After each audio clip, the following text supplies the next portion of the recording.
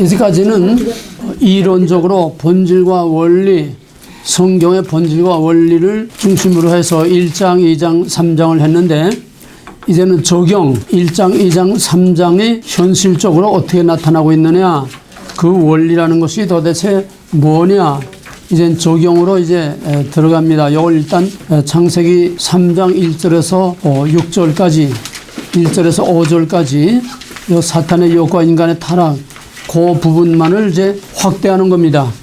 3장 1절에서 5절까지 사탄의 유혹, 그 다음에 6절에서 인간의 타락, 그러니까 사탄의 유혹과 인간의 타락, 그거를 확대하는 겁니다. 그 다음 읽어오라고 그랬는데 읽었어? 네. 자, 그러면은 이제 1장, 2장, 3장 인간의 타락까지를 정리하는 그런 의미에서 맨 처음부터 중요한 원리들, 성경의 유일한 키워드는 뭐예요? 구별. 그거 뭐예요? 성경 어디 뭐? 어디서 나와 구별이? 어둠에서 빛을. 예. 창조와 구속의 원리. 나눔은 어디서 나와? 어둠에서 빛. 나눔의 목적은? 구별. 나눔은 수단, 목적은 채우는 거야. 나눔은 수단, 목적은 채워. 왜? 구별된 곳에 채워야 되기 때문에 나눔과 체험. 그게 전 성경의 원리입니다. 지옥과 천국 다 나눔과 체험의 문제예요. 그러니까 창조의 처음들은 나눔, 그 다음에는 나누어진 곳에 채우는 거. 그 창조의 원리가 곧 구속의 원리라는 거예요. 구별된 땅에 구별된 백성으로 채워지는 거.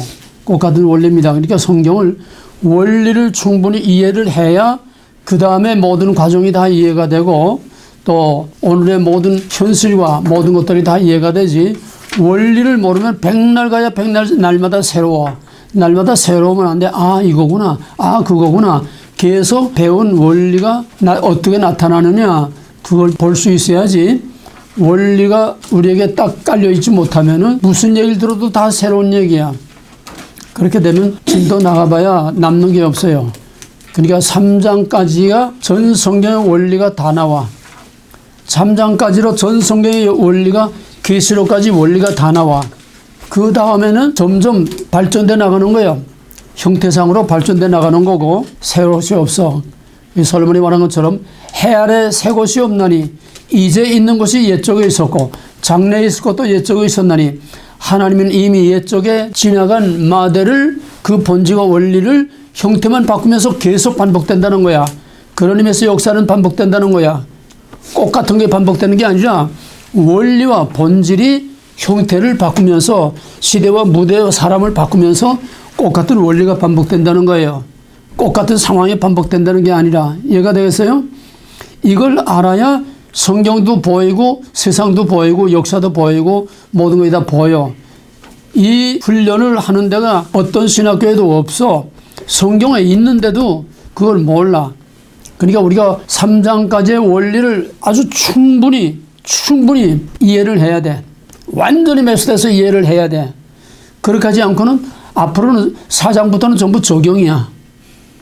3장까지 있는 원리가 자꾸 적용이 되고 점점 발전시키는 거니까 근본 원리를 몰라가지고는 이해할 수가 없어요. 전 성경의 모든 원리 중에 가장 최고의 원리는 구별의 원리. 그걸 또 조금 전개시켜서 발전시키면은 구별, 나눔, 과정, 약속. 이건 이제 구별은 하나의 사건인데 이거를 시간 속에서 연장을 시키면은 과정, 약속, 첫날의 창조의 나눔, 과정, 약속이 나오는 거야. 그러면 과정이란 어디서 나오는 거지? 저녁에서 아침. 하나님은 과정을 통해서 일하신다. 아무리 하나님이 능력이 많고 아무리 바빠도 그냥 얼충얼충 뛰어넘는 게 없어. 하나님은 차근차근 질서 있게 과정을 통해서 일하신다. 그 다음에 아침을 뭐요? 약속. 약속은 뭐지? 정말 필연적 구원. 무슨 약속? 종말론적 구원. 그 말을 바꾸면은 궁극적 구원이야. 궁극적 구원. 왜 궁극적 구원이냐? 왜 종말론적 구원이냐? 가인이 아벨을 때려 죽인 이후로부터 항상 하나님의 백성들은 맞아 죽고 소외당하고 배척당하고 항상 지어. 이게 과정이야. 구속사의 과정에서 정의는, 진실은, 복음은, 진리는, 하나님의 백성들은 항상 고난에 몰리고 수세에 몰리고 항상 핍박을 받고 짓밟히고 핍박을 당하고 항상 이러기 때문에 그거로 끝나면은 하나님은 뭐야, 아무것도 아니잖아. 그러나 과정은 어두운 깊은 밤을 통과할지만은 끝내 마지막 궁극적으로는 최후에는 언제나 하나님이 이긴다고 하는 거, 하나님이 하나님의 백성을 이기게 하신다고 하는 거. 그러니까 우리의 승리는 언제나 마지막 최후에 있는 거지. 그 과정은 고난의 과정이라는 거야. 저녁에서 아침이라는 거는 고난에서 영광, 밤이라는 거는 고난이야, 고통이야. 그 밤에 고난의 그 과정을 거치고 나서 아침에 영원한 영광의 날을 우리가 맞이할 수 있는 거지. 그러므로 고난 없는 영광만 떠드는 것들은 전형적인 거짓말 사기꾼들이야. 오늘날 재해 기복, 고난은 물러가고 복만 달라고 비는 거, 이게 전형적인 샤머니즘이지. 이건 성경하고 거리가 먼, 이건 가짜 복음이요. 우리는 고난을 통과해서 최후의 승리를 얻는 거, 최후의 영광. 이게 뭐냐? 그 절정, 그 핵심이 바로 예수 십자가 사건이요. 십자가 죽으심으로 고난을 통과함으로 3일이라고 하는 밤을 통과해서 아침의 부활이라고 하는 큰 영광을 얻게 된 것이 전 성경의 압축, 예수님의 죽음에서 부활, 저녁에서 아침, 그 전 성경이요. 어둠으로 시작해서 영원한 승리의 영광으로 끝나는 거, 과정. 그 다음에 창조의 삼중 구조, 뭐뭐? 호람되오 호람 홈니버스 호람 분도 다시 호람되오 호람 창조의 삼중 구조, 하나님 인간 자연. 하나님 인간 자연. 그러면은 인간은 하나님께 대해서 어떠한 자세와 태도로 살아야 돼? 베나담 이마고데 하나님께 대해서 어떤 자세로 살아야 돼? 베나담 베나담. 우리는 하나님의 도우심이 없이는 살 수 없는 존재라고 하는 베나담의 자세로 언제나 하나님 앞에는 겸손하게, 하나님의 도우심이 없이는 살 수 없는, 그게 뭐지? 하나님의 의 하나님의 도우심이 다른 말로 말하면 뭘까? 헤세드 헤세드. 하나님의 의. 의 하나님의 의. 하나님의 의란 다 같이 하나님의 기억하심과 도우심 없이는 살 수 없는 죄인들에 대한 역설적인 하나님의 은혜와 사랑. 너희 왜 못해?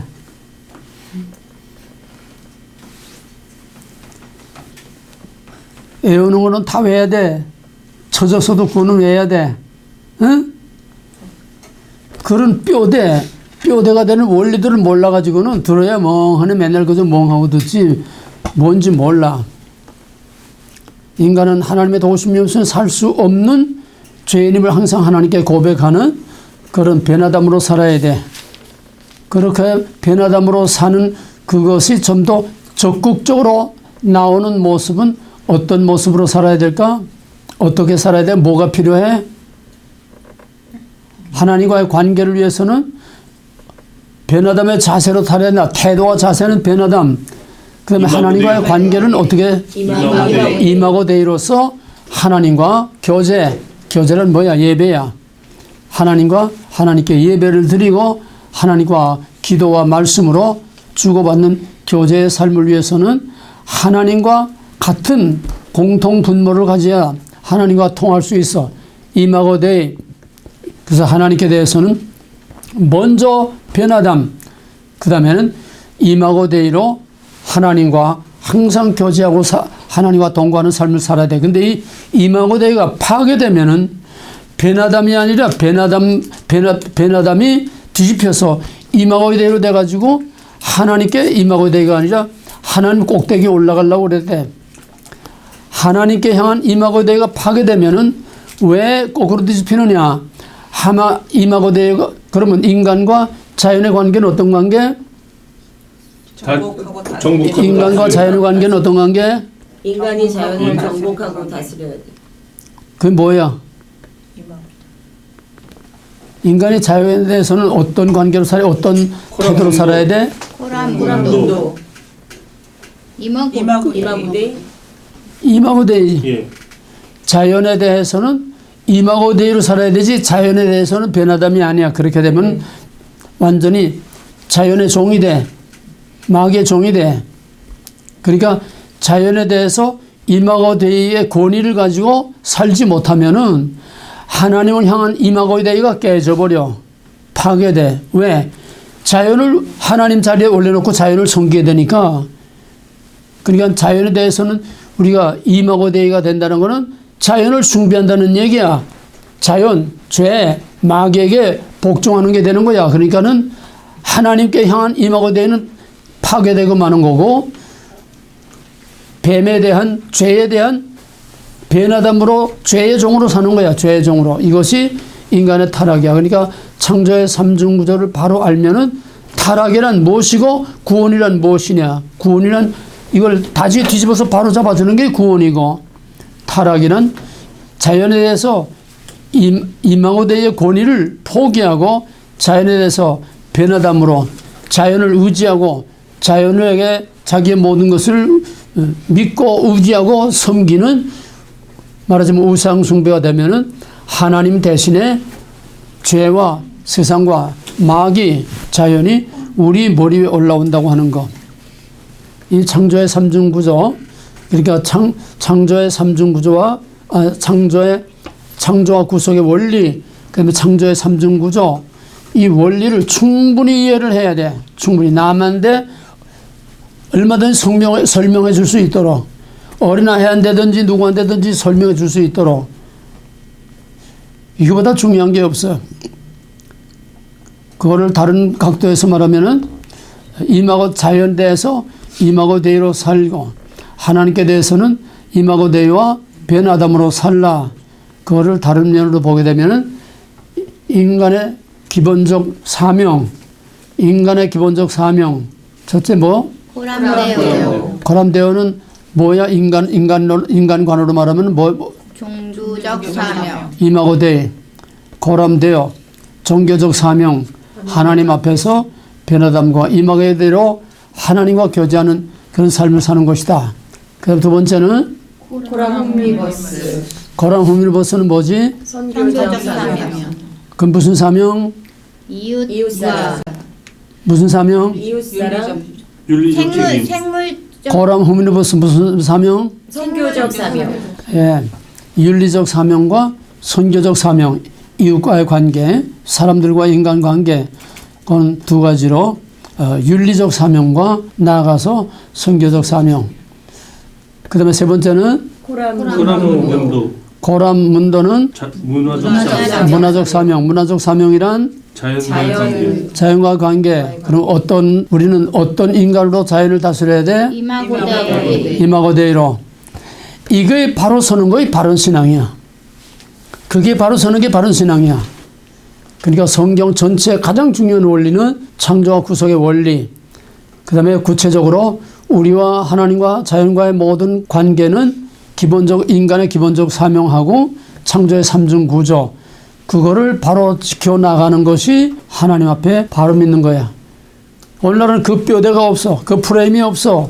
그냥 그저 교회만 왔다 갔다 하고 그저 교회를 10년, 20년 댕겨도 성경의 동서남북도 모르고 성경도 한번 읽지도 않고 뭐가 뭔지 도대체 동서남북도 모르고 믿는 이런 눈먼 소경 같은 것이 오늘 신앙의 맹점, 교회의 맹점입니다. 이걸 우리는 뼈대부터 확실히 기둥을 세워놓고 바른 신앙, 바른 믿음을 가지고 살아야 됩니다. 그 다음에 또 뭐가 있나? 인간관이 헬라의 인간관. 헬라의 인간관. 헬라의 인간관은 2분설, 3분설. 2분설, 3분설. 그러면 우리 개혁교회 인간관은 2분설. 그 2분설이란 뭐예요? 영과 유. 영과 육으로 되어 있다. 근데 성경의 창조신학의 인간관은 뭐예요? 하나님 앞에서 창조신학의 인간관, 창세기의 인간관은 뭐예요? 전인격적. 전인격적. 영과 육 따로가 아니라 영과 육이 하나가 돼서 완전히 살아 움직이는, 흙에다가 생기를 불어넣어서 사한영이 됐다고 하는 살아있는 인격체를 인간이라고 보는 거지, 영과 육의 이게 따로 보는 게 아니라니까. 따로 보는 거에 헬라의 영지주의 이원론에서 나온 사상이야. 이게 신학자들이 영지주의 이원론은 머리를 흔들면서도 바로 우리의 인간관이 영지주의 인간 이분설과 같다는 것을 그 사람들은 이해를 못해. 영혼과 육체가 이원론적으로 영지 이원론적으로 이렇게 따로 떨어졌다 이게 아니고 우리는 인간이라고 할 때는 사람이라고 할 때는 살아 활동하는 인격체를 말하는 거지 창조신학의 창세기의 구약의 본래 인간관 전 성경의 본래 성경적인 인간관은 살아 움직이는 걸 인간으로 보는 거지 살아 움직이지 않는 거는 인간으로 보지 않는다는 이게 왜 중요하냐. 영혼과 육체에 따로 있으면 영지처럼 이제 세퍼레되면 그만이야. 그걸로 끝나. 이게 영지주 구원관 아니야? 왜 전인격체를 인간으로 보는 거냐? 바로 구원이란 전인 구원이야. 지금 죽어서 장례식 가서 아무개 구원받았습니다. 그건 구원이 아니야. 구원의 일부에 지나지 않아. 영혼만 구원받은 거야. 영혼만. 영적으로만 구원받은 거지 육체가 구원받은 게 아니야. 여기서 전인격체를 인간으로 보는 영혼과 육신이 하나가 된 전인격체를 인간으로 본다고 하는 창조신학이 절대적으로 필요한 것은 흙으로 빚어놓은데 생기를 불어넣을 때에 산 인간이 된 것처럼 바로 죽은 사람이 자기의 영과 자기의 육이 다시 재결합해서 처음 인간을 창조할 때 같은 재창조, 부활을 이루어져야 그것이 참된 구원이라는 거야. 그러면 부활이 없는 신앙이 돼버려. 지금 다 구원받았다 하면 그게 구원이라면 부활이 없는 신앙, 천국에는 헛기비들만 있는 거야. 육체가 없는 헛기비들만 있는 거야, 천국엔. 그러면 천국 아니야. 그게 구원이 아니야. 완전한 인격체로서 우리는 구원받는 거야. 그렇기 때문에 부활 사상은 필연적인 거야. 반드시 부활돼야 이게 구원받는 거지. 산 자나 죽은 자나 악인이나 의인이나 천국이나 지옥이나 완전한 인격체로서 완전한 살아있는 인간으로서 영원한 영광과 영원한 형벌을 받게 되는 거예요. 이 부활신앙이 인간관이 바로 서지 못하면은 그 부활을 설명할 수가 없어. 영혼, 육체 따로따로더라면은. 그러니까 영지주의는 영육이 영혼이 분리되고 마는 거니까 부활이 없어. 필요 없어. 영혼만 구원받으면 되는 거야. 이게 영지주의 구원관이냐. 우리는 반드시 육체와 영혼이 결합된 완전한 인격체로서 구원받아야 되기 때문에 반드시 부활이 따라와야 되는 거야. 이게 인간관에서 이렇게 중요한 거야. 근데 우리는 신학교에서 영지주의 이원론 이분서를 그대로 우리의 인간관으로 지금 신학교에서 가르치고 있어요. 이거는 영지주의를 잘못됐다고 하면서도 영지주의적인 사고방식에서 온 것이지 성경의 창조신학을 제대로 몰라서 그런 거야. 우리는 반드시 영육이 결합된 부활체로서 구원받는다고 하는 그것이 바로 인간 창조가 다시 한번 재창조되는 거야. 이게 에스겔 37장에서 뼈들아 일어나라.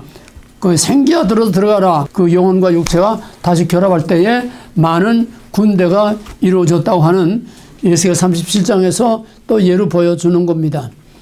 부활이라고 하는 것을 인간의 창조와 똑같은 거야. 그러려면 완전히 영육이 하나로 살아있는 인간을 인간으로 볼 때에 완전한 전인 구원이 되는 거지. 그러니까 성경의 창조신학의 인간관은 완전한 인간으로서 전 인격체인 이거를 인간으로 보지 따로따로 영혼만 하나님 앞에 영혼만은 인간이 아니야. 인간의 본질과 원리와 생명의 근원이긴 하지만은 영혼만은 완전한 인간이 아니야. 헛개비야, 헛개비. 이해가 됐어요? 육체를 가져야 완전 인간이 된다 이거야. 그러나 마지막 때에는 이제 우리가 다 완전한 거룩한 영과 몸으로 이제 완전 성화가 된다는 그 하나 차이지. 영육이 분리된 거는 완전한 인간이 아니고 완전한 구원이 아니라고 하는 거. 그 다음에 동양의 인간관. 동양의 인간관은 자연과 인간의 동양의 인간관은 한마디로 뭐야? 자연 친화. 자연 친화. 왜 자연과 친화되어야 되느냐? 동양의 인간관은 인간을 독립적인 존재로 보는 것이 아니라 자연의 일부로 보는 거야. 인간을 자연의 일부로 보는 거야. 뭐 소나무, 개, 말, 돼지 하는 것처럼 인간을 자연의 일부로 봐. 그런데 인간이 자기의 안전을 위해서는 자연과 잘 사귀어야 돼. 왜? 자연의 힘은 인간보다 커. 호랑이도 인간보다 힘이 커. 천재지변 인간보다 힘이 막강해. 그러니까 자연과 잘 사귀지 못하면은 가뭄과 홍수와 태풍과 모든 재난을 당하게 되고 또 바다에서는 엄청난 파도와 일어나서 배가 막히나 뒤집히고 가라앉고 그러니까 자연이 두려워. 자연이 두려운 존재야. 자연은 인간이 당할 수 없는 존재야. 그러니까 자연과 친해져야 돼. 친해져야 돼. 자연 속에 아주 녹아 들어가서 자연의 일부로 녹아 들어가서 자연과 잘 사귀어야 돼. 그게 심청전 얘기야. 이게 무슨 얘기가 이해가 돼? 심청전 하면 다 쉽게 이해가 돼. 자연의 노여움을 모든 이방 종교들은 다 공포의 신이고 저주와 화를 가져다주는 분노의 신, 공포의 신, 항상 화를 내는 신이기 때문에 그걸 달래기 위해서 산에 가면 산신제를 드리고 바다에 가면 바다의 신제를 드리고 어디 가나 제사를 드리는 건 좀 잘 봐달라고 하는 거야. 이게 샤머니즘. 그걸 좀 고상하게 말하면 자연 숭배하는 거를 자연 종교라고 그래. 자연을 숭배하는 거를 자연 종교라고 그래. 그래서 자연과 인간과의 관계, 삼중구조에서 자연과 인간과의 관계, 임하고 대의로 정복하고 다스리는 지위를 포기하면은 자연을 신으로 섬기게 되고 자연 밑에 들어가서 자연을 섬기는 우상숭배가 되기 때문에 이것이 인간의 타락한 모습. 성경에서 구약에서 제일 하나님이 치를 떠는 건 뭐냐면 끊임없이 그냥 하나님이 치를 떠는 건 뭐냐면 우상숭배야. 우상숭배가 뭐야? 하나님 대신 다른 거를 또 섬긴다는 얘기야. 아니면 하나님과 다른 거를 같이 취급해서 같이 섬긴다는 거야. 이건 못 참아. 그 마치 부부간에 질투하고 같은 거야. 하나님 질투하시는 하나님이라고 그랬어. 나 외에 다른 신을 섬기지 말라고 그랬어. 그러니까 인간관이 바로 서야 하나님과 바로 설 수 있어. 그러면 성경의 인간관은 뭔가? 성경의 인간관은 이제 전인격체라고 하는 건 그건 이제 2분설, 3분설을 중심으로 해서 한 거고, 성경의 인간관은 인간을 영혼과 육체의 관계로 보는 게 아니라 그건 하나가 돼야 되는 거고, 성경의 인간관은 창조신학의 인간관은 인간을 무엇과 뭐로 됐느냐 구성 요소로 본 것이 아니라 인간이라는 존재는 뭐냐? 인간 존재는 뭐냐? 인간의 존재는 어떤 존재냐? 그걸 말해. 그 뭐지? 변화된 그게 변화됨과 임하고 대야. 변화됨과 임하되 이거의 창세기의 인간관, 성경의 인간관의 가장 중요한 거야. 이 인간관이 먼저 바로 서야 돼. 자, 그 다음에 이제 좀 더 적극적으로 발전돼서 2장과 3장으로 오게 되면은 2장은 하나님의 왕국의 모델일 뿐만 아니라 하나님은 누구며 인간은 무엇이며 하나님과 인간의 관계는 뭐냐. 여기서 창조의 삼중구조가 나온다고 그랬어요. 먹지 말라. 인간에 대한 하나님의 주권선언.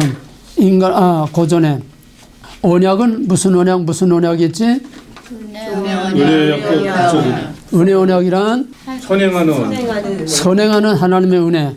언제나 하나님의 은혜가 선행되고 그 다음에 조건이 따라와. 조건이 앞서는 게 아니고 은혜가 언제나 앞서. 하나님 세상을 이처럼 사랑하사 독생자를 주셨으니 누구든지 저를 믿으면 구원의 길을 미리 열어주놓고, 이렇게 하면 구원받는다. 미리 열어놓고 은혜를 먼저 주고 놓고 그게 은혜 언약이야. 요한복음 3장 16절이 은혜 언약이야. 그리고 믿기만 하면 구원받는다는 거야. 은혜가 언제나 선행된다는 거. 조건은 믿으면 구원의 길을 열어놓고 은혜 언약. 믿으면 영생하고 믿지 않고 거절하고 부인하면은 심판을 받는다는 거야. 그 조건이 뒤따라와. 알겠지? 출애굽에서 언제나 구속사의 모델은 출애굽 모델. 출애굽에서 그 애굽의 노예 생활을 하는 것들이 뭐를 했기 때문에 구원받은 게 아니야. 먼저 이렇게 하면 너희들 죽지 않는다. 다 죽어나가는데 이렇게 하면 죽지 않는다. 죽지 않는 길을 먼저 알려줬어. 어린 양의 피를 바르고 그걸 피의 언약을 믿으면은 죽지 않는다. 먼저 죽지 않는 길을 열어줬어. 그걸 그대로 믿고 함으로써 죽음을 면하고 애굽에서 나오게 된 거예요. 이게 십자가의 은혜. 요한복음 16절 누구든 저를 믿으면 멸망치 않고 영생을 얻어. 우리가 믿는다는 거는 믿을 수 있는 걸 먼저 앞에다 제시해 주는 거야. 이거를 믿으면은 죽음을 면한다. 그게 은혜 언약이야. 그래서 다 먹을 수 있다. 은혜 언약. 그 다음에 또 무슨 언약? 베타 언약. 베타 언약은 뭐냐? 조건이야. 하나님의 주권을 인정하는 한에서 이 모든 것을 선행하는 은혜를 계속 누릴 수 있다는 거야. 하나님의 주권을 인정하지 않으면은 선행하는 은혜를 누리지 못해. 누구든지 저를 믿으면 영생하리라. 하나님의 은혜가 선행되는데 그걸 인정하지 않으면은 영원히 형벌을 받고 지옥에 떨어지는 거야. 똑같아 원리는. 은혜가 선행되지만은 그 은혜에 따르는 조건을 지킬 때에 그 은혜를 계속 누릴 수 있다고 하는 거. 그래서 베타는 선행하는 은혜를 계속 누리기 위해서는 먹지 말라는 하나님의 약속, 하나님의 언약, 하나님의 율법을 지켜야만 그 선행하는 은혜를 계속 누릴 수 있다. 이걸 출애굽 모델로 확대시키게 되면은 애굽에서 은혜로 구원받아서 나왔어. 은혜로 구원받아서 그 사람들이 뭐 독립투쟁하고 뭐 무슨 폭동을 일으켜서 나온 게 아니라 하나님의 은혜로 피의 언약을 믿음으로 그냥 홍해를 건너서 은혜로 구원을 받아서 그 다음에는 조건이 따라와. 은혜가 선행되고 조건이 따라와. 나는 너의 하나님, 너희는 내 백성, 언약을 체결하고 이제는 너희들이 내 백성이요, 내 은혜로 너희들이 구원받았으니까 이제는 내 법을 따라서, 내 나라의 법을 따라서 나를 이제는 바로 왕 대신에 나를 순종하고 나를 섬겨야 된다. 그게 율법이야. 먹지 말라. 시내산에선 나 외에 다른 신을 얘기하지 말라. 점진적으로 발전된 것뿐이지 원리와 본질은 똑같아. 은혜가 선행되고 그 다음에 그 은혜를 계속 누리기 위해서는 그 언약을 지켜야, 먹지 말라는 언약을 지켜야 선행하는 은혜가 계속 은혜가 되는 거다. 그런 광야의 백성들이 왜 가나안 땅에 들어가지 못하고 시체가 됐느냐? 언약을 지키지 않았어. 구원을 먼저 받은 후에 너는 이제 내 백성이니까 애굽의 법이 아니고 바로가 아니라 내가 너희 왕이요 너희가 내 백성이니까 내 나라의 법을 지켜야 된다. 이미 구원받은 하나님의 백성은 하나님의 법을 지켜야 된다. 그러니까 그들이 하나님의 법을 지키지 않았기 때문에 먹지 말라. 먹었기 때문에 똑같아 원리가. 먹지 말라. 룰이야 룰. 율법이야. 먹었어. 그 법을 지키지 않았어. 나 외에 다른 신을 얘기하지 말라. 하나님의 율법을 주었어. 근데 그걸 어겼어. 그러니까 가나안 땅에 못 들어가고 광야에다 시체가 된 겁니다. 본질과 원리는 똑같아.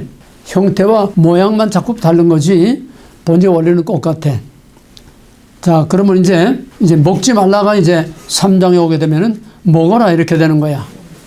그러면 먼저 먹지 말라는 게 뭐고 먹으라는 게 뭐냐 이걸 알아야 돼. 먹지 말라는 거는 첫째 하나님의 주권 선언이고 그 다음에 하나님이 너는 내 백성 나는 너의 하나님, 하나님과 백성과의 언약이야. 언약. 너는 내 백성이지 내가 하나님 아니야. 너는 피조물이지 내가 창조주가 아니야. 너는 내 백성이지 내가 왕이 아니야. 그러니까 구별이야. 구별. 먹지 말라는 거는 구별이야. 창조주와 인간, 왕과 백성, 오너와 매니저 구별이 있어야 된다는 거야. 구별하라. 먹지 말라고 뭐라고? 주권선. 구별. 먹지 말라고 뭐라고? 구별. 성경은 뭐로 시작해? 구별로 시작해서 구별로 끝나. 성경에 하나님, 예수, 십자가, 보혈 맘만 또 들어도 구별 하나만 빠지면 전부 다 빈 껍데기 가짜가 되는 거야. 전부 구별이야. 십자가도 구별이요. 유월절 어린 양의 피도 하나님의 약속에 있는 백성과 아닌 거를 구별하는 거야. 피라는 건. 그래서 죽음의 사자가 피를 볼 때에 패스오버 한다는 거야. 그게 유월절이야. 패스오버. 피를 볼 때에 이거 구별이야. 하나님의 약속 있는 백성하고 아닌 거를 구별하는 거야. 그러니까 뭐든지 예수, 십자가 뭐 암만 떠들어도 구별이 아닌 거는 전부 다 가짜요. 빈 껍데기요. 사기라는 게 사기야. 이게 바로 중요한 거야. 그러니까 하나님과 하나님의 백성과 우리의 신앙에 제일 치명적이고 제일 중요하고 제일 결정적인 거는 구별이야. 구별 하나 모르지 모든 게 다 무너져. 암만 하나님이 위대하고 전능하시고 뭐하고 해도 그 하나님이 구별되지 않으면은 그거는 가짜 하나님이야. 왜? 하나님은 무엇과도 비교할 수 없고 무엇과도 같이 견딜 수가 없어. 대신 바꿔치기 할 수도 없어. 하나님은 우주 만물을 창조하신 분이기 때문에 그 무엇과도 비교할 수 없도록 절대적으로 구별이 돼야 돼. 그게 거룩이야. 나 외에 다른 신을 내게 있게 하지 말라. 그거보다 더 치명적인 건 없어. 그러니까 성경에 구별 하나 빠지면 모두 다 완전히 거짓말, 사기, 빈 껍데기, 교회, 구별 안 된 교회는 교회가 아니야. 말씀, 구별 안 된 말씀은 구별 안 됐다는 의미야. 섞인 거 아니야? 구별 안 된 거는 그거는 하나님 말씀이 아니야. 뭐든지 우리에게 생명과 같은 가장 중요한 거는 구별이야. 그리스도인이 뭐야? 구별된 사람들이야. 물론 우리는 지금 여전히 우리 피 속에는 범죄한 아담의 피가 흐르고 있기 때문에 우리는 100% 깨끗하게 완전히 구별될 수는 없어요. 예수 십자가 보혈 안만 빚어도 우리는 깨끗해진 게 아니야. 뭔 소리인지 알겠어? 깨끗해진 게 아니야.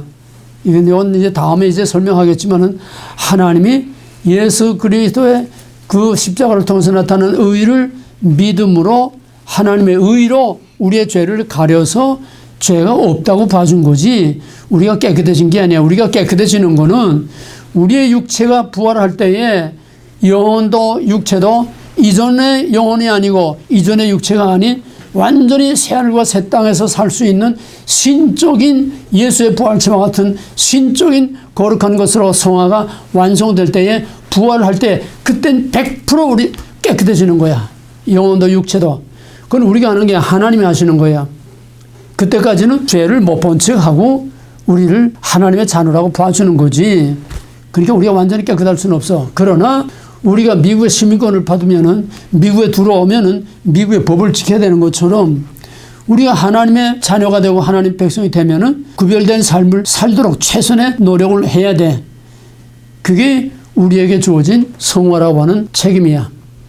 그럼 창세기 2장을 한마디로 하면 구별이야. 창세기 3장 사탄의 유혹과 인간의 타락을 한마디로 한다면 구별을 없애라. 먹어라야. 먹지 말라. 구별하라. 먹어라. 구별을 없애라. 먹지 말라는 데드라인. 이거 넘으면 죽어. 이건 창조주와 피조물 간에 넘을 수도 넘으려고 했어도 넘어서도 안 되는 절대적인 라인이야. 이건 절대적인 앱솔루트 라인. 절대적인 라인이야. 이건 감히 침범할 수가 없어. 이거 침범하면 이거 넘어가면은 너는 죽어. 왜? 이건 창조주의 영역이야. 이건 하나님의 영역이야. 이건 왕의 영역이야. 감히 내가 이거 넘으면 죽어. 이 미국에는 경찰의 권위가 대단해요. 한국은 경찰을 두들겨 패는 게 한국인데 세계에서 경찰 두들겨 패고 군인 두들겨 패는 이런 나라는 우리 한국밖에 없어. 미국의 경찰은 얼마나 무서운지 몰라. 쏴!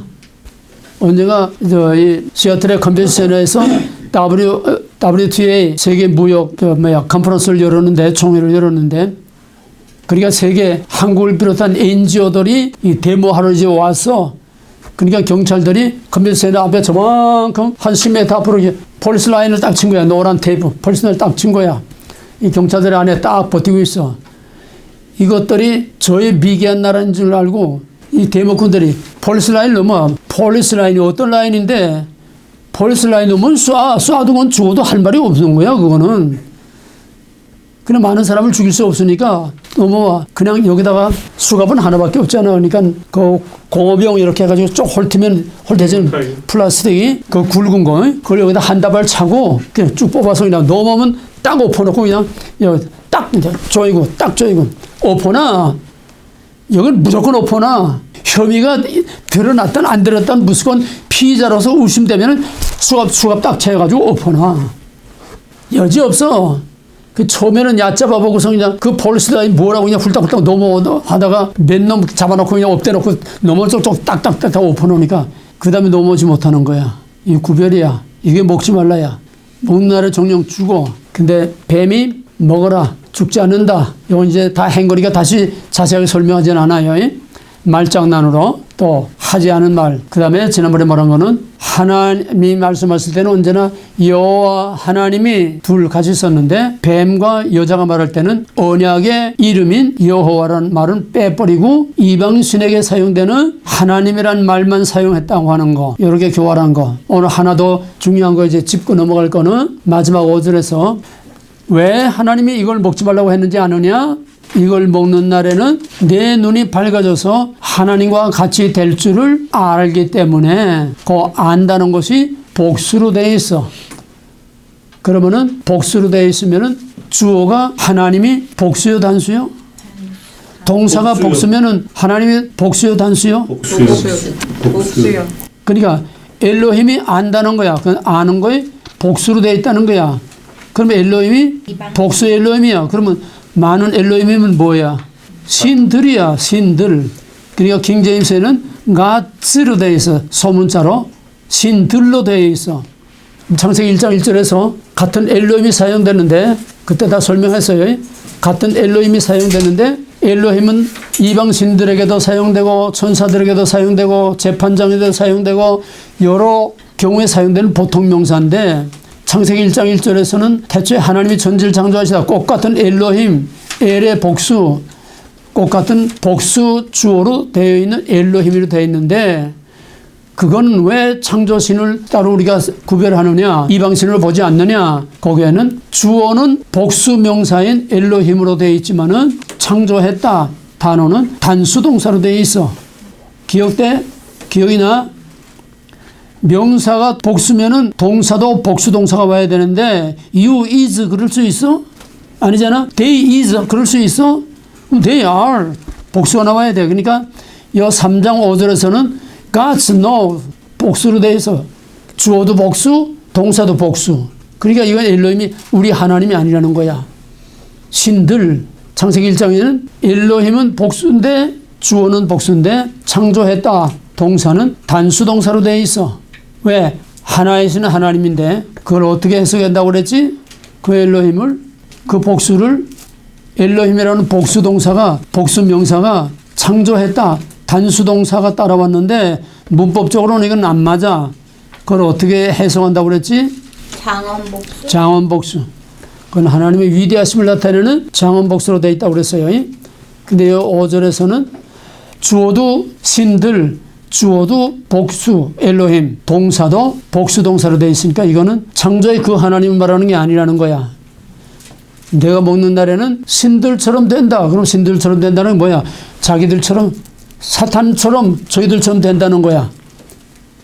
내가 잘 이해해? 여기에서 이제 뉴에이지가 나오는 거야. 먹어라. 그 다음에 먹으라는 뭐지? 먹지 말라는 구별. 먹으라는 구별을 없애라. 구별을 없애라.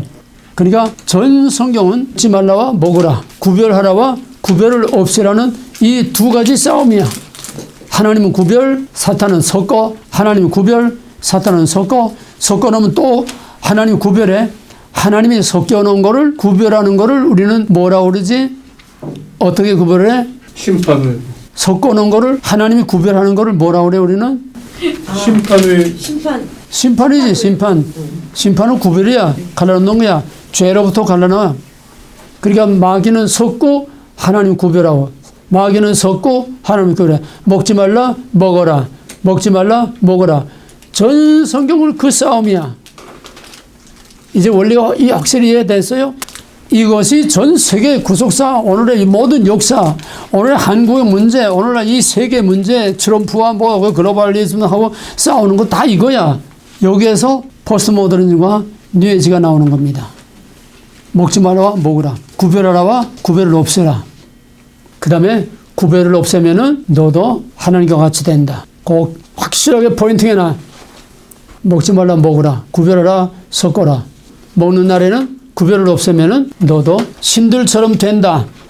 그걸 이제 키포인트로 해서 이제 오늘부터 이제 포스트 모더니즘과 뉴에이지 이제부터 사탄의 정체를 까발킵니다.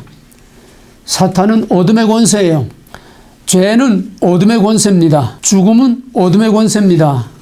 그러니까 사탄은 어둠의 권세이기 때문에 언제나 자기의 정체를 숨기고 어둠 속에 숨어서 거짓말로 자기를 위장해서 항상 숨어서 뒤에서 역사하는 거지. 사탄은 밝은 빛 가운데 자기 정체를 드러내지를 못해. 사탄이 온갖 위장술과 거짓으로 자기를 위장해서 숨기고 있고 감추고 있는 그거를 확 그냥 벗겨버리면은 사탄은 그때 발악을 하고 발작을 해.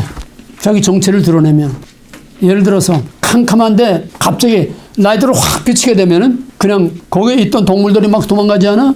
맞아. 왜? 그건 야행성 동물, 어둠 속에서만 활동하는 동물들이기 때문에 갑자기 빛을 확 비치면은 무서워다 도망가는 것처럼. 그래서 어둠 속에서만 활동하는 사탄을 빛 가운데, 빛이란 뭐야? 진리, 하나님의 공의와 정의, 진리의 빛으로 확 비추게 되면 사탄은 발작을 일으키는 거야. 이게 예수적인 거야. 유대인들의 그 더러운 마귀의 뱀의 후손 마귀의 자식들이 예수님의 진리의 빛을 가지고 와서 요한복음 1장에서 예수를 빛으로 표현해서 이 빛이 세상에 왔는데 어둠이 빛을 미워해서 빛을 밟아 주겠다고 그랬어. 왜? 자기의 정체가 드러날까 봐. 자기의 거짓된 행위가 드러날까 봐. 그러니까 먹지 말라고 먹으라의 싸움은 빛과 어둠의 싸움이야. 전부 다 똑같아. 그것이 창조의 첫날에 나타난 어둠을 밤이라 빛을 낮이라 칭하여 저녁이 되며 아침이 되니 빛과 어둠, 낮과 밤을 하나님이 공존하게 했다는 거야. 빛을 창조했으면 어둠은 하고 없애버리고 빛만 있으면은 세상 걱정할 거 없고 뭐 새누리가 새 땅 할 것도 없고 우리가 영원히 거기서 그냥 편안히 사는데 왜 빛과 어둠을 공존하게 하셨느냐? 이거는 선과 악을 공존하게 하신 것이고 아직은 아니지만은 앞으로 이제 3장 이후의 타락 이후에는 하나님의 의와 하나님을 대적하는 불의한 세력, 빛의 권세와 어둠의 권세가 하나님의 진영과 마귀의 진영이 하나님의 백성과 사탄의 종들이 서로 싸우면서 서로 갈등하면서 서로 대립하면서 살도록 만든 하나님의 구속사의 원래가 빛을 구별해내는 것으로 끝나는 게 아니라 빛과 어둠을 공존하게 하시면서 서로 적대관계에서 서로 충돌하게 만든 것이 하나님의 드라마야. 드라마는 상대가 있어야 드라마가 되는 거지. 드라마는 기복이 있어야 되지 않아? 그 사람이 긴장감을 줘야 되는 거 아니야? 그래서 짧고 팽팽 그냥 긴장의 절정에 올라갔다가 거기서 팍 뒤집히면서 어떤 해결점을 줄 때에 그 드라마가 클라이막스가 이제 되는 것처럼 하나님은 드라마 작가야. 하나님의 드라마의 원리는 두 축이야. 두 축. 하나는 빛과 어둠, 낮과 밤, 선과 악, 사탄의 세력과 하나님의 백성 간에 이 두 세력이 충돌하면서 가는데 여자의 후손과 뱀의 후손, 뱀의 후손이 여자의 후손을 공격하고 여자의 후손은 아까 말한 것처럼 궁극적 구원, 최후의 승리, 뱀의 머리를 밟아 이건 최후의 승리지. 언제나 빛은 어둠에게 도전을 받아. 언제나 빛은 어둠의 도전을 받아. 선은 악의 도전을 받아. 정의는 불의의 도전을 받아. 그래서 언제나 아벨이 가인에게 맞아 죽은 것처럼 전 역사가 하나님의 거룩한 백성과 또 진리와 또 정의와 모든 옳은 것들은 다 의로운 것들은 다 고난을 당하고 핍박을 당하는, 그래서 성경은 역설적인 진리고 우리 기독교는 역설적인 종교라는 거야. 그걸 모르니까 오늘 역설이 아니라 세상의 순리대로 같이 따라가. 역설이라는 거꾸로 정반대되는 게 아니야. 거슬러 가는 거야. 말하자면 역주행을 하는 거야. 역설이라는 거는. 근데 역주행하는 게 싫으니까 왜? 배총을 당하고 미움을 받고 맞아 죽으니까 그러다 같이 흘러가는 거야. 그걸 뭐라 그러지? 우리는 딴 말로 역주행하는 거를 함께. 그러니까 제대로 믿는다는 거는 세상 사람들에게는 이상하게 보일 수밖에 없는 거야. 좀 심하게 말하면 예수 믿는다는 건 다 미친놈이야. 예수에 왜 죽였느냐? 우리는 다 옆으로 가는데 너 혼자 왜 앞으로, 왜 우리처럼 옆으로 가지 않고 왜 앞으로 가느냐? 때려 죽인 거야.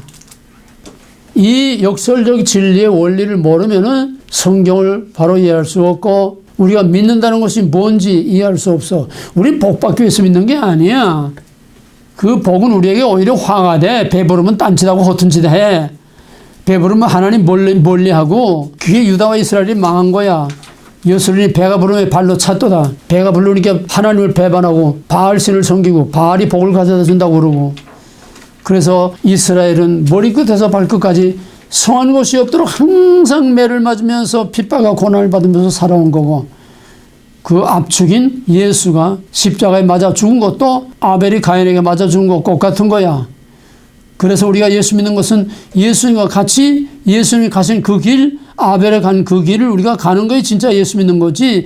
요즘 목사들처럼 성공하고 그냥 교회 크게 만들어가지고 성공하고 배 두드리고 그렇게 유명해지려고 하는 그따구는 전부 다 가인의 문화지. 그거는 맞아 죽는 아벨의 문화가 아니야. 이걸 바로 모르니까 교회가 다 타락하고 신앙이 다 타락하고 오늘 하나님의 종들이 다 타락하는 거예요. 오늘 이제 먹어라 요거하고 너도 하나님과 같이 될 수 있다. 먹어라는 뭐냐? 여기서 포스트 모더니즘 나오는 거야. 먹어라는 뭐지? 구별을 없애라. 구별을 없애라. 그걸 없애라. 그게 포스트 모더니즘이고, 그걸 조금 발전시키면은 먹는 날에는 너도 하나님과 같이 될 수 있다. 신들과 같이 될 수 있다. 그것이 뉴에이지입니다. 자, 그러면 이제 포스트 모더니즘 설명할게요. 포스트 모더니즘은 합성어죠. 포스트 지나갔다. 모더니즘 현대주의. 현대주의는 지나갔다 이거야. 그게 포스트 모더니즘이야. 그럼 모더니즘이란 뭐냐? 그거를 우리가 알아야 그 모더니즘이 지나갔다는 걸 뭘 의미하느냐? 그걸 이해할 수가 있어요. 인간의 모든 역사는 항상 시대 정신이라는 게 있습니다. 시대 정신, 그 시대를 이끌고 가는 중심 사상, 중심 정신이 있다는 거예요. 고대 사회에서는 고대 국가는 전부 다 신정국가예요. 고대 국가는 다 신정국가. 모든 민족은 다 민족신을 가지고 있어. 자기 민족을 지켜주는 수호신, 자기 민족신을 다 가지고 있어. 그래서 고대 국가는 다 신정국가. 그래서 모든 고대 사회는 다 종교가 백성의 삶과 분리될 수 없도록 다 밀착이 돼 있어요. 종교와 삶이 하나가 돼 있어. 그래서 고대 그 화석이라든지 고대 그 고적들 보게 되면은 종교와 삶과 예술이 분리되지 않고 하나가 돼 있어. 삶이 예술이고 삶이 종교고 그 종교가 예술로 나타나. 벽화 같은 거 뭐 이거 다 이제 묘지 같은 데서 나오는 거 이거 다 전부 그 사람들의 우리처럼 완전히 별개로 독립되어 있는 예술 작품이 아니야. 그들의 신앙이고 그들의 종교고 그들의 삶이야. 고대 이거를 미분화의 시대라고 그래. 미분화, 종교와 예술과 자기의 삶이 분화되지 않고 분리되지 않고 삶 자체가 종교이고 종교 자체가 예술로 나타났다고 하는 거. 그래서 고대 사회는 어떤 신이든지 다 신을 섬기고 살았던 종교라는 것이 고대 사회를 지배했습니다. 그 다음에 이제 대제국 시대가 돼. 아수르, 바벨론, 페르시아, 헬라, 그 다음에 로마. 이 대제국 시대가 돼. 대제국 시대가 되면은 그때는 뭐가 지배하느냐? 그때는 종교와 헬레니즘이 지배. 종교와 헬레니즘이 하나가 돼서 그 시대를 지배합니다. 헬레니즘이라는 거는 알렉산더 대왕의 원정 결과로 왔다는 거 내가 다 설명을 했어요. 그 다음에 그 시대가 조금 제국 시대, 대제국 시대가 지나게 되면은 그 다음에 뭐가 시대를 지배하느냐? 5세기 이후에는 로만 캐더릭이 전 세계를 다 지배. 그때 세계라는 거는 인간에게 알려진 거는 유럽 지중해 연안 그밖에 몰랐고 동양의 세계는 아직 모를 때니까 세계 하면 다 그걸 말하는 겁니다. 역사의 중심이 됐던 지중해 연안. 그래서 5세기 이후에는 종교 개혁 때까지 약 1000년 동안 로만 캐더릭이 세계를 지배해서 로만 캐더릭이 모든 세계, 유럽의 모든 나라, 제후, 제왕, 모든 황제들을 교황이 다 다스렸어. 캐더릭 통치 시대였습니다. 그러면 모든 정신 문화도 전부 캐더릭 문화로도 전부 다 해결화되어 있던 거예요. 누구든지 이걸 거스르면은 그냥 죽어. 왜? 교황은 지상의 그리스도야. 지상의 하나님이야. 하나님이 지배해. 그러니까 누구든 이건 절대 불가항명이야. 거스릴 수 없어. 거역할 수 없어. 교황권으로 유권적인 해석을 성경을 유권적으로 해석해서 이거다 하면 절대적으로 그것만 믿어야지 딴소리 하면 죽어. 예를 들면 뭐 구약의 사상도 그렇지만은 그때는 지구는 축구장처럼 평평한 네모난 축구장 같은 데다 네모났으니까 이제 동서남북 이렇게 되는 거야. 지구가 네모났다는 데서 동서남북 개념이 나온 거야. 근데 지구가 네모나서 평평해서 가만히 있는데 해와 달과 별들이 그냥 빙글빙글 한번 돈다는 거야. 그걸 뭐라 그러지? 지구는 가만히 있고 해와 달이 돌아가는 걸 뭐라 그래? 무슨 설? 무슨 설? 천동설. 하늘이 움직이는 거야. 이게 중세 로마 교황권의 지배하에 있을 때는 그것이 정설이 돼요. 누구 감히 딴소리 못해. 그런데 어떤 놈이 지구가 가만히 있고 해와 달이 도는 게 아니라 태양은 가만히 있고 지구가 돈다. 그러니까 저놈 죽여라. 그러니까 코페르니쿠스와 갈릴레오 저놈 죽여라. 그게 뭐라고 그랬어? 그래도 지구는 돈다. 그래도 지구는 돈다. 그게 절대적인 중세 문화야. 캐톨릭 문화야. 저항할 수가 없어. 그러다가 이제 캐톨릭의 교황권이 점점 약화가 되니까 왜? 모든 제왕, 제국, 모든 황제, 모든 나라들이 전부 다 교황청에 세금을 바치는 거야. 교황은 왕 중에 왕이니까. 왜? 교황은 하나님이니까. 전부 거기다 모든 나라가 거기다 조공을 바치고 세금을 다 바치고 절대적인 복종으로 살아. 여기서 한 가지 예를 들면은 영국의 헨리 8세가 자기 왕비 버리고 이제 새로운 여자하고 이제 결혼을 하려고 하니까 황제인데, 영국의 황제인데 결혼을 하는데 교황의 승인을 받아야 돼. 그 교황이 너 왜 마누라 놔두고 딴 마누라 또 얻으려고 그러냐? 안 돼. 그러니까 싫으면 관둬라. 그리고 영국의 캐톨릭이 교황청으로부터 완전히 분리를 선언하고 영국 캐톨릭이 따로 독립을 했어. 반역을 한 거지.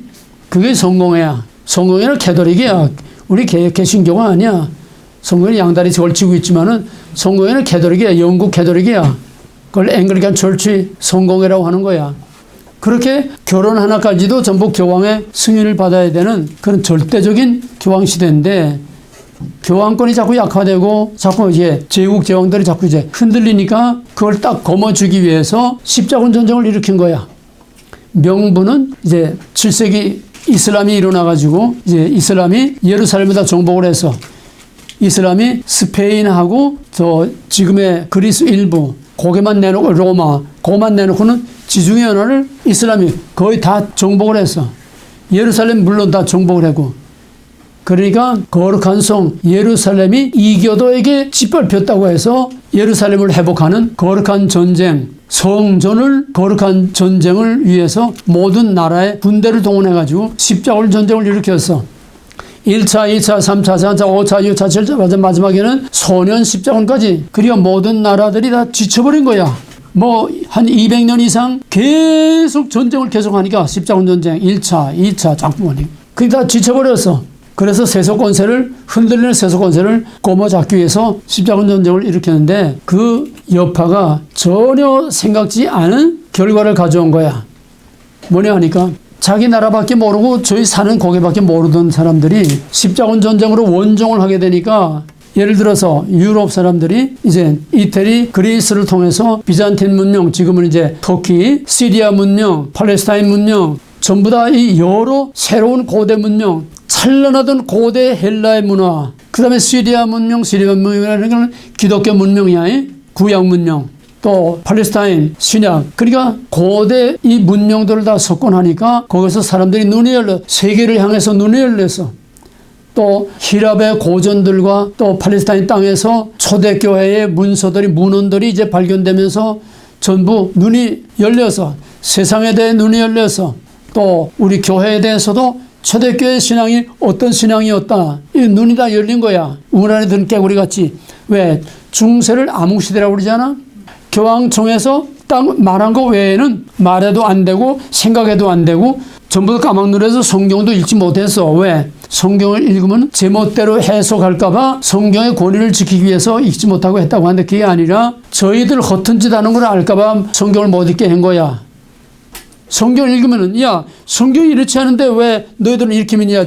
그러니까 저희들의 로마 교황청의 모순과 거짓과 이런 것들이 드러날까봐 사제들 외에는, 완전히 헌신된 사제들 외에는 성경을 읽지도 못하게 했을 뿐만 아니라 성경을, 지금 북한처럼 성경을 가지고 있다는 사실 자체만으로도 처형이 됐어. 절대적인 금서야. 읽어서는 안 되는 책이야.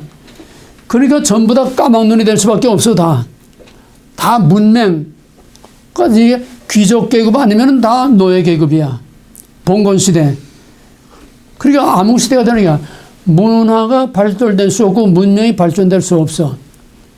그러다가 이제 십자군 전쟁 그 여파로 생긴 게 뭐냐 하면은 휴머니즘 운동이라는 게, 휴머니즘, 인간의 자각. 인간의 자각. 야, 인간이 이게 아니지 않느냐. 사람 사는 게 이게 아니지 않느냐. 우리가 이렇게 사는 게 아니지 않느냐. 그래서 그때로부터 이제 고대 고전 문헌들, 초대교회 문헌들, 고대 헬라의 그 찬란한 문화에 대한 그런 문헌들, 이런 것들을 자꾸 이제 읽게 되고 또 가져오고 문물이 오고 가고 하니까 사람들의 눈이 열린 거야. 고대 문명에 대해서 눈이 열렸어. 고대 성경의 문명에 대해서 기독교, 초기 기독교와 또 유대교와 그 기독교에 대한 눈이 열렸어. 그러니 여기서 인간의 자각이라고 하는 휴머니즘 운동이 일어난 거야. 인간 존재를 자각한 거야. 인간을 완전히 그냥 그저 교황청의 노예로 그저 귀족들의 노예로만 사는 게 아니라 인간은 하나님이 만드신 인간은 이게 아니라고 하는 거. 휴머니즘 운동, 인간의 자각, 또 자연에 대한 자각. 그래서 이제는 교황청에서 말하는 거 아닌 새로운 문물을 접촉하면서 새로운 세계에 대한 눈이 열린 거야. 인간의 자각, 인간 존재와 자연에 대한 자각을 한 거야. 그때까지는 영지주의와 같은 이 인간의 육체는 이건 아무것도 아니야. 그래서 인간이라는 것도 교회를 위해서만 있는 거야. 교황을 섬기기 위해서만 있는 거야. 완전히 노예야. 근데 고대 문화는 또 성경의 문화는 그게 아니라는 거야. 그래서 여기서 꿈틀거리기 시작한 휴머니즘 운동이 이제 200년, 300년 가면서 점점 이게 휴머니즘 운동이 살아나면서 두 가지 코스로 나갔어. 한 가지는 세속적인 면에서 새로운 시대와 새로운 세계에 대한 자각의 세속적인 면에서 이루는데 맨 처음에 눈을 뜨기 시작한 것이 예술, 미술, 예술에서 눈을 떠서 이것을 신예술이라고 해서 아르스노바라고 하는데 아르스노바 라틴어에 이건 신예술이야. 신예술. 그때까지는 교황청의 그 룰에 따라서만 그림을 그려도 교황청의 룰에 따라서만 그려야 돼. 예를 들면은 예수 십자가에 못 박아 죽은 거는 지금 전부 캐톨릭 이 중세 사진들 보게 되면 예수님 십자가에 매달리는데 뒤에는 이 후광이 이렇게 있고 그리고 예수님은 아주 인자하고 자비로운 얼굴이 이렇게 매달려 있어요. 이게 교황청의 권위로 그렇게 되게 돼 있는 거야. 왜? 예수에게 고통스러운 모습을 예수를 신격화하기 위해서 십자가에 매달린 예수가 인자하고 자비로운 예수를 평화롭게 이렇게 매달리는 거야. 근데 이제 인간에 대한 자각과 이제 리얼한 비밀 속에 감춰져 있던 거짓 속에 감춰져 있던 이게 이제 리얼한데 자꾸 이제 자각을 하고 눈을 뜨니까 이게 아니지 않느냐. 성경에 말한 대로 우리 죄를 위해서 이렇게 매를 맞고 이렇게 십자가에 매달렸다면 어떻게 평화롭고 인자하고 자비로울 수가 있느냐. 리얼한 예수를 우리를 위해서 고난을 당한 그 예수가 정말 얼마나 고난을 당하는가 하는 고통스러운 그 모습을 이게 진짜 예수가 아니냐. 그래서 예수가 십자가에 매달려서 아버지요 아버지요 어째 나를 보시나이까 이게 울부짖음 아니야? 근데 그렇게 했다면 큰일 나. 근데 신예술이 대두하면서 예수의 리얼한 모습을 그러니까 저놈 죽여라. 그래서 예술로부터 시작해서 점점 자연의 리얼한 현실, 리얼한 자연에 대해서 눈을 뜨기 시작했어. 레오나르도 다빈치는 최초로 인체 해부도를 사람의 몸을 쪼개고 하나님이 지으신 사람의 몸을 쪼개고 사람의 몸이 어떻게 되어 있다는 이거는 상상할 수가 없어. 중세 문화에서는. 근데 레오나르도 다빈치는 인체 해부도를 그래서 세상에 나눠서 그만큼 인간 존재는 육체적으로는 이렇게 생겼다. 이제 리얼한 사실들을 자꾸 드러내는 거야. 이게 다 휴머니즘 운동입니다.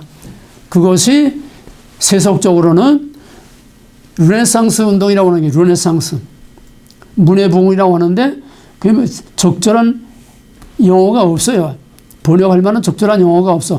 르네상스 그대로 그 신예술, 새로운 자각, 새로운 휴머니즘 운동으로 일어난 자연과 인간 자체에 대해서 또 물질에 대해서 리얼한 현실, 사실을 그대로 인식하는 그런 사상이 이제 대두되기 시작해서 세속적으로는 르네상스 운동으로 일어났고 그 르네상스 운동에 인간의 자각이 또 세속적으로 어떻게 일어났냐. 인간의 자각이 우리가 왜 교황의 노예가 돼야 되느냐 이거야. 예? 제왕, 제후들이 우리가 왜 교황청의 노예가 되고 교황의 세금 바치게 되고 왜 그래야 되느냐. 자꾸 세속 권세가 교황청으로부터 이탈하려고 하는 꿈틀꿈틀하는 이런 인간의 자각, 인간 존재의 자각, 자기들의 스스로 자각하는 그런 교황청에 대해서 세속 권세가 자꾸 불만이 생기게 되고 꿈틀거리기 시작하는 거야. 이게 르네상스 운동의 일환으로 예술만이 아니라 정치적으로도 사회적으로도 자꾸 이런 저항의식이 생기게 됐어. 또 하나는 이제 종교개혁. 수도사들이 십자가 전쟁으로 인해서 이제 고대, 고전 문화, 초대교회 시대 교부들이 써놓은 그런 고대 문화, 고대 기독교 문화 이런 이제 문헌들이 다 교류가 되니까 수도사들이 그걸 연구하다 보니까는 이게 우리가 지금 믿는 거 이게 사도들이 믿던 신앙이 아니잖아. 초대교회 교부들이 믿던 신앙이 아니잖아. 이거 성경과 고대 그 문헌들을 다 이렇게 비교해서 연구해 보니까 수도사들은 연구하는 게 시간이 많으니까 연구해 보니까 이게 아니지 않느냐. 그래서 거기서 꿈틀거리며 일어난 휴머니즘 운동이 결국은 종교개혁 운동으로 발전되게 된 겁니다. 맨 처음 휴머니즘 운동의 깃발을 들고 나온 에라스무스 같은 사람이 휴머니즘 운동을 이제 들고 나오면서 점점 종교계 안에서 이제 수도사들 그 안에서부터 자꾸 이제 우리의 본래 신앙, 사도들이 우리에게 전해준 본래 신앙을 우리가 회복하자. 그것이 결국은 이런 것들이 세속은 세속대로 엔티 교황권에 대해 저항하는 그런 게 나왔고 또 종교에서는 교회는 교회 안에서 새로운 저항 운동이 일어나기 시작한 거야. 우리 개신교를 뭐라고 그러지? 개신교 신자들을 뭐라고 그러지? 개신교 신자들을 뭐라고 그래? 영어로 뭐라고 그래? 우리는 프로테스탄트를 하잖아. 프로테스탄트가 뭐야? 무슨 뜻이야? 대목군. 반항자야. 반항자. 이북으로 말하면 반동이야. 그리고 우리가 붙인 이름일까? 누가 붙인 이름일까? 캐톨릭. 응? 반항자. 저놈들은 반항자야. 반역자야. 로마 캐톨릭. 이거 우리 명예로운 이름이 아니야. 물론 로마 캐톨릭에 저항했으니까 또 우리가 살려할 수도 있지 당당해. 우리는 너희들을 정반대로 너희들을 저항하는 거다. 우리가 써도 뭐 수치스러운 이름은 아니지만 하여튼 그런 의미에서 우리를 프로테스탄트라고 하는데 이 프로테스트한 사상들이 세속을 세속대로 또 교회는 교회대로 교황권에 대한 저항운동이 일어나기 시작한 거야. 그래서 교회는 이것이 종교개혁 운동으로 됐는데 맨 처음에 이게 발달이 된 것이 루터의 비텐버그 그 대자보 95개 조항. 그 루터는 종교개혁을 하는 게 아니야. 우리가 잘못된 거를 진짜 개혁하자는 거야. 잘못된 걸 바로 잡자는 거야. 이렇게 95개 조항에 대해서 이런 것들이 지금 우리가 고대 문헌들을 보니까 우리 사도들이 믿고 우리 선배 고대 교부들이 믿던 신앙은 이런 게 아닌데 지금은 이게 잘못된 거다. 이걸 고치자. 그러니까 저희들이 자체 개혁을 했으면 종교개혁이 안 일어났는데 저놈 주교라 이렇게 된 거야. 그러니까 루터를 파문을 해서 파문이라는 건 중세시대에는 교황권이 절대적이기 때문에 신의 권위니까 파문이 뭐냐면 모든 법적 보호를 해제시키는 거야. 법적 보호를 법적인 보장을 못 받아 어디서도. 누가서 집안에 가져도 다 가져가도 법의 저촉이 안 돼. 때려 죽여도 법의 저촉이 안 돼. 완전히 법으로부터 제외받는 거야. 이게 일종의 사형이나 마찬가지야. 그래 파문하게 되면 이거는 그냥 끝나는 거야. 그날부터 집도 제 집이 아니고 몸도 자기 몸이 아니고 생명도 자기 생명이 아니고 이건 개 죽이듯이 누구나 끌어다가 죽여도 되고 노예로 부려먹어도 되고 완전히 법적 보호에서 해제되는 게 이게 파문이야. 그러니까 교황청에서 루터를 파문시켜서 저는 반동이다. 파문시키니까 루터가 어디서 맞아 죽을지 몰라.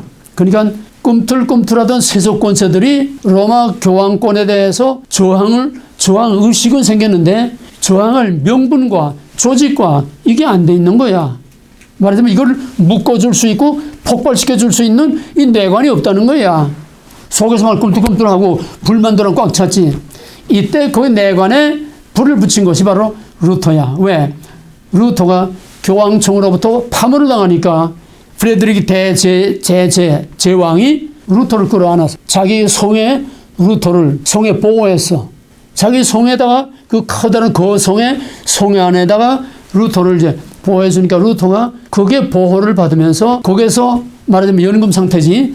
보호를 받으면서 거기서 성경을 모든 사람들이 다 볼 수 있는 독일어 성경으로 번역을 했어. 성경 두 족보할 때 다 얘기했으니 독일어 성경으로 번역해서 모든 사람들에게 다 성경을 오픈해서 누구든지 하나님 말씀을 다 읽을 수 있다. 그 다음에 두 번째로는 교회 안에서 지금도 개도록은 그렇지만은 교회 안에서 이제 교회 찬양대만이 찬양을 하고 일반 평신도는 찬송이 없었어. 이게 생기기 얼마 안 돼. 일반 평신도는 찬송이 없어. 일반 평신도는 이 조그만 책에 이제 미사문과 기도문이라는 조그만 책이 있어가지고 거기에 있는 대로 거기에 정해진 우리 교도문이 있듯이 거기에 정해진 그 미사대에 정해진 그 기도문만 신부가 하면 또 거기에 따라서 또 찬양대가 또 그 음에 맞춰서 또 찬양하고 찬양 딱 하면 거기 음에 맞춰서 또 신부가 그걸 따라서 그러니까 노래 음정 잡지 못하면 신부 못해 집례를 못해 찬양이 끝나는 그 음으로 예?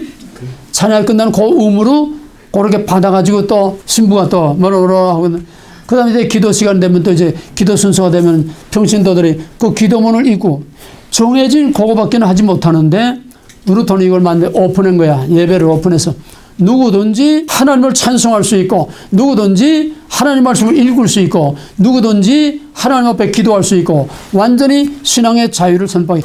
종교개혁이란 인간에게 처음으로 자유를 찾아준 거야. 이게 자유를 강조하는 것이 바로 이종훈 교수야. 이종훈 교수의 종교개혁과는 종교개혁이 인간의 자유를 찾아줬다는 거야. 그 사람 강의 좀 많이 들어. 이종훈 이 대머리 정말 이 마지막 때에 진짜 멋진 선지자입니다. 목숨을 내놓은 선지자야. 이종훈 교수가 많이 들어요. 그만큼 정확하고 바른 말을 하는 사람이 별로 드물어. 시사 해설하는 일반적인은 있지만은 우리 기독교 신앙에 정말 이 잘못된 교회를 바로세우고 가는 루터와 같은 그런 정말 참신한 그런 멋진 선지자 같은 종은 그 사람 뭐 목사는 아니에요. 교수예요. 많이 보기 바랍니다. 이종 교수와 이종 강조하는 제일 중요한 거는 자유. 자유가 아닌 거는 전부가 다 거짓이고 가짜고 다 사탄이라는 거야. 하나님은 우리에게 자유를 주셨다는 거야. 갈라디아 5장 1장 그러므로 바울이 말한 대로 그러므로 그리스도께서 너희를 자유케 하려고 자유를 주셨으니 그러므로 굳세게 서서 다시는 종의 멍에를 매지 말라. 인간의 완전히 노예 상태에 있던 그거를 인간에게 참 자유를 찾아준 것이 이게 종교개혁이라는 거야.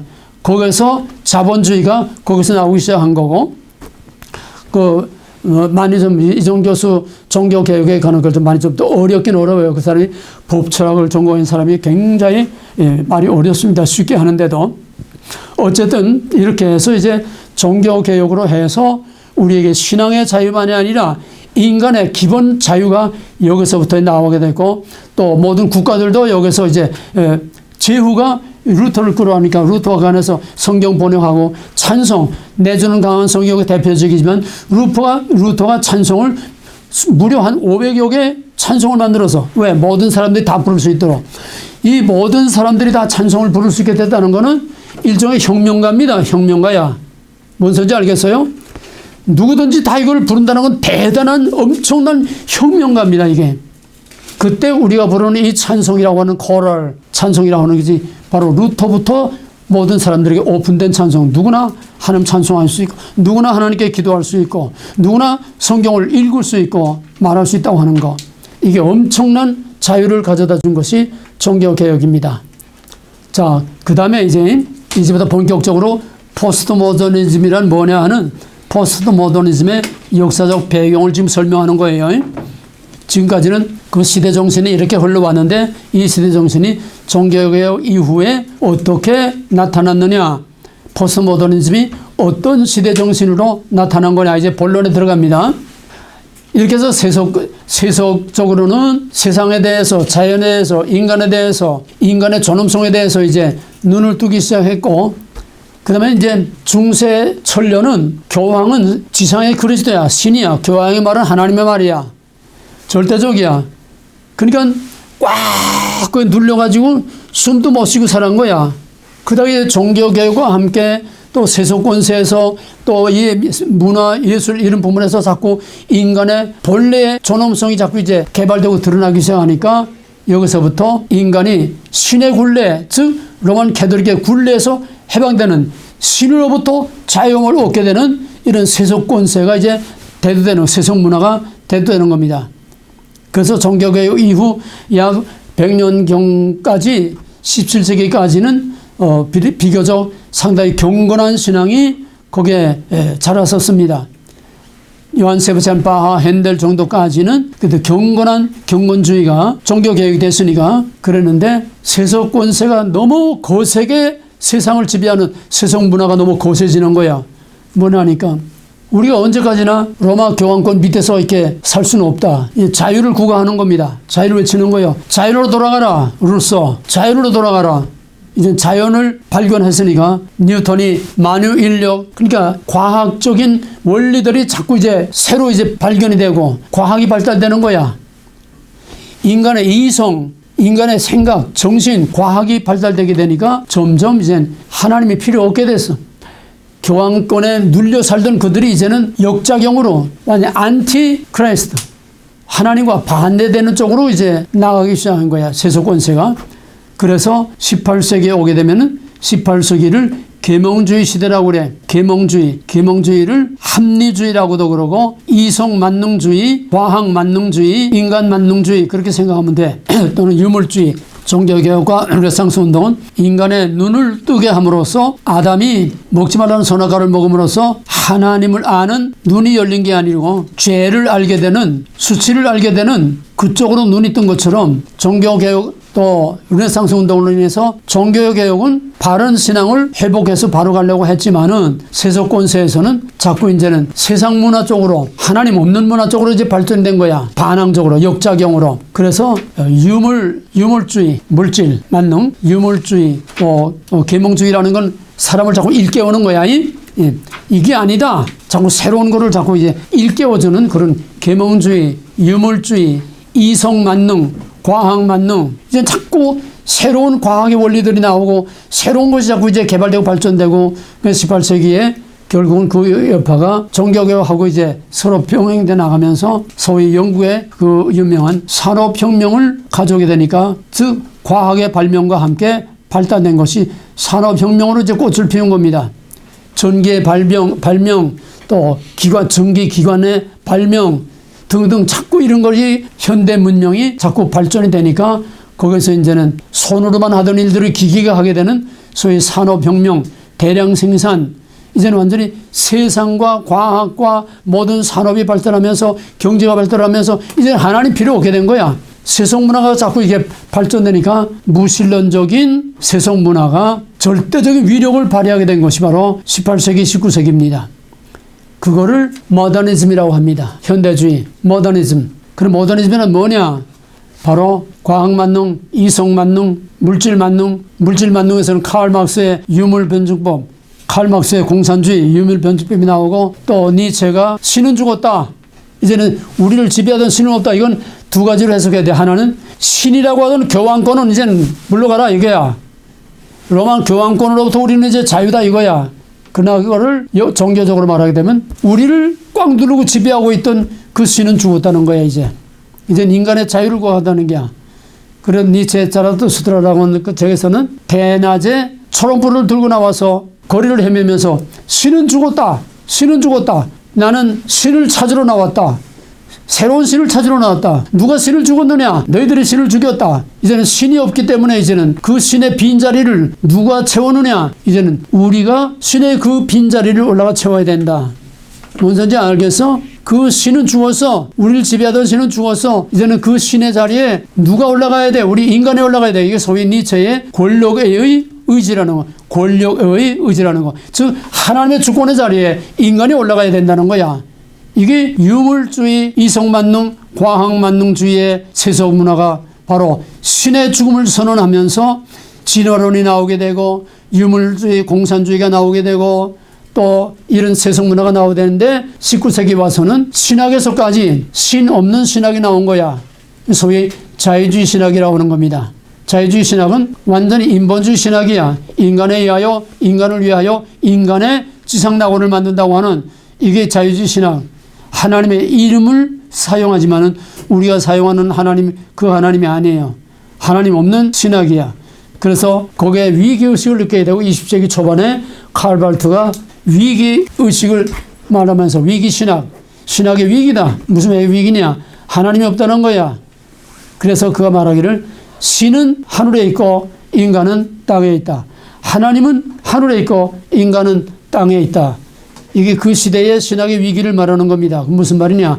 말씀에 하나님이 없다는 거야. 하나님은 하늘에 따로 있고 인간은 인간대로 이 땅에 따로 있다는 거야. 하나님 따로 인간 따로 논다는 거야. 이게 신학의 위기라는 거야. 뭐 어려운 얘기지만은 이제 나중에 마지막에 이게 현대 신학이 이제 강의 다시 할 거니까 그 뭐냐? 하나님 따로 인간 따로. 그 인간 하나님은 명분뿐이고 인간은 인간대로 따로 논다는 거야. 이건 아니라는 거야. 칼발트가 여기 이제 반기를 들고 나왔는데 그 이상은 이제 여기서 생략하고 그만큼 자유주의 신학이라는 거는 하나님 없는 인본주의 신학, 인간을 위하여 인간의 지상낙원을 이룬다고 하는 그 자유주의 신학의 여파가 오늘까지도 계속되고 있습니다. 이렇게 해서 바로 19세기, 18세기 계몽주의 이후 19세기 와서는 완전히 세속 문화가 우리 교회까지 자유주의 신학까지 다 완전히 장악함으로써 무신론적인 이런 신학, 무신론적인 이런 문화가 세상을 다 지배하게 됐어요. 그러니까 이제 인간이 르네상스 이후 계몽주의 사람을 일깨우는 그런 계몽주의, 이성만능, 과학만능, 이제 모든 새로운 과학 기구들이 발명되고 자꾸 그러니까 이제는 하나님 필요 없게 된 거야. 그러니까 거기에서 나온 것이 이제는 이성만능, 과학만능. 인간의 힘으로 이제는 뭐든지 다 할 수 있다고 하는 할 수 있다. 희망이 지금 넘쳐서 인간의 힘으로 지상낙원을 만들 수 있다. 이렇게 자꾸 과학이 발달하고 자꾸 이렇게 생활이 편리해지게 되면 인간의 힘으로 모든 인류의 문제를 해결할 수 있다고 하는 아주 지상낙원의 환상과 꿈에 사로잡혀 있던 것이 바로 모더니즘. 이게 현대주의라는 거야. 18세기, 19세기 한참 희망으로 부풀어 있던 중세시대에 꽉 눌러있다가 이제 눈을 뜨고 나면서 이제는 인간의 힘의 위력을 스스로 이제 알게 되면서 이제는 인간의 힘으로 하나님 없이 얼마든지 우리가 잘 살 수 있는 낙원을 만들 수 있다. 희망에 부풀어 있던 거야. 그런데 그 꿈이 1914년 1차 세계대전이 일어나면서 이제 과학이 자꾸 발달하니까 좋은 것만 발달하는 게 아니라 다이나마이트가 발견돼가지고 폭탄이 생기게 돼. 대포가 생겨. 총이 생겨. 옛날에는 하나님은 칼 가지고 이제 맞붙어서 하나 둘 이렇게 죽였는데 이제는 대량 살상이 폭탄으로 그냥 집이고 뭐고 다 파괴하고 사람 파괴하고 그러니까 1차 세계대전 그 결과 옛날 전쟁의 나폴레옹 전쟁하고는 비교가 안 되는 거야. 사람이 죽는 거 모든 시설이 파괴되는 거 비교가 안 돼. 그러니까 이게 뭐야? 과학만 발달하면 지상낙원이 될 줄 알았는데 이 과학이 발달해도 결국 뭐냐? 인간을 대량 살상하고 인간이 기계의 노예가 되고 점점 이제는 인간의 기계의 일부가 되고 더더구나 20세기 넘어오면서는 더더구나 인간이 기계의 일부가 되고 요즘은 인간이 컴퓨터를 만드는 게 아니라 컴퓨터가 사람을 지배. 이게 AI 시스템이 AI 인공지능. 인공지능이라는 건 완전히 가상의 세계와 현실 세계를 완전히 믹스해버리는 이게 아주 인류 역사의 종말을 말하는 거야. G5. 이 G5 인공세계에 오게 되면 이거 전부 다 컴퓨터, 스마트폰, 이제 모든 게 다 하고 오게 되면 인간은 완전히 기계의 노예가 되고 숨도 못 쉬고 꼼짝 못 하게 돼요.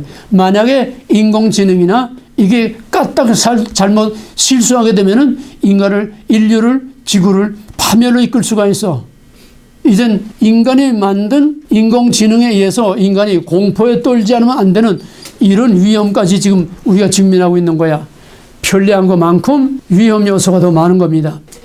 더더구나 이제 20세기 들어오면서 이런 인본주의적인 문화가 아주 점점 기세를 부리면서 그러다가 2차 세계대전이 벌어지니까 폭탄 한 방에 30만 명이 한 도시가 대형 도시가 그냥 잿더미가 되고 폭탄 한 방에 30만 명이 죽어나가.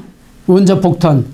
그러니까 이제 주춤한 거야. 이게 뭐냐? 인간의 지성, 이성, 인간의 두뇌, 과학 만능, 이성 만능, 물질 만능, 공산주의대로 점점 더 핍박과 압박이 점점 더 심해지고, 그잖아?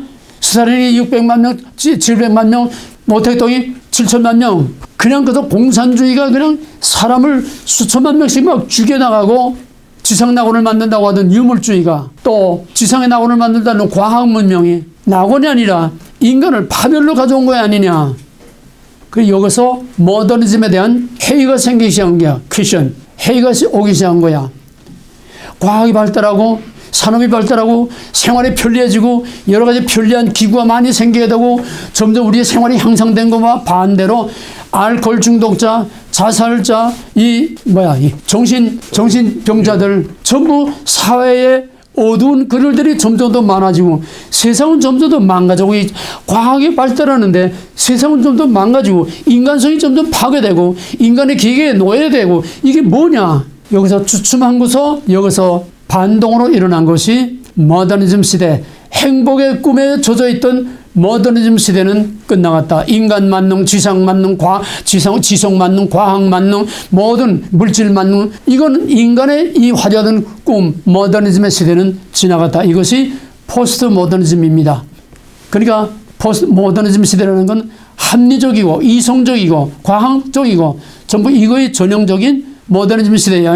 현대 근대 문명, 거기에 대해서 반기를 들고 일어난 것이 모더니즘 시대는 끝났다. 인간의 화려한 꿈은 끝났다. 물질로, 과학으로, 인간의 이성으로, 이거로 아니다. 끝났다. 포스트 모더니즘을 선포한 겁니다. 그런가 하면은 그거는 그거대로 끝난 게 아니라 그냥 가는 거야.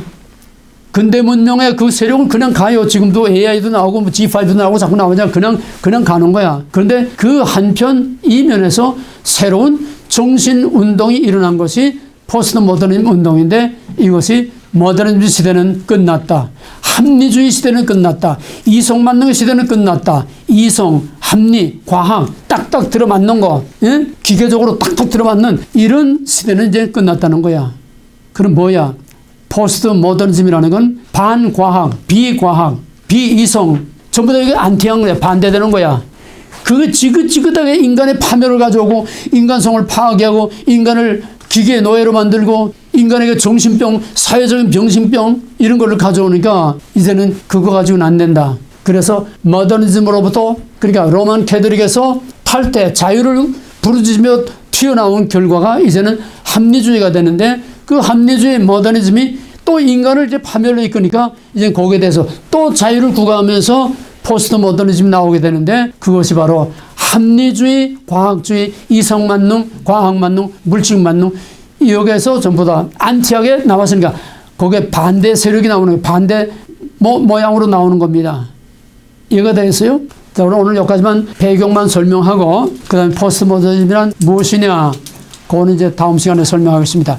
이걸 여러분들이 미리 읽어놔야 내 말이 쉽게 이해가 되지. 그러면은 다음 시간에는 포스트 모더니즘하고 이제 뉴에이지로 넘어가니까 14페이지까지 이걸 다 정독을 해가지고 오세요. 그러면 다음 강의 듣는 게 훨씬 도움이 될 겁니다.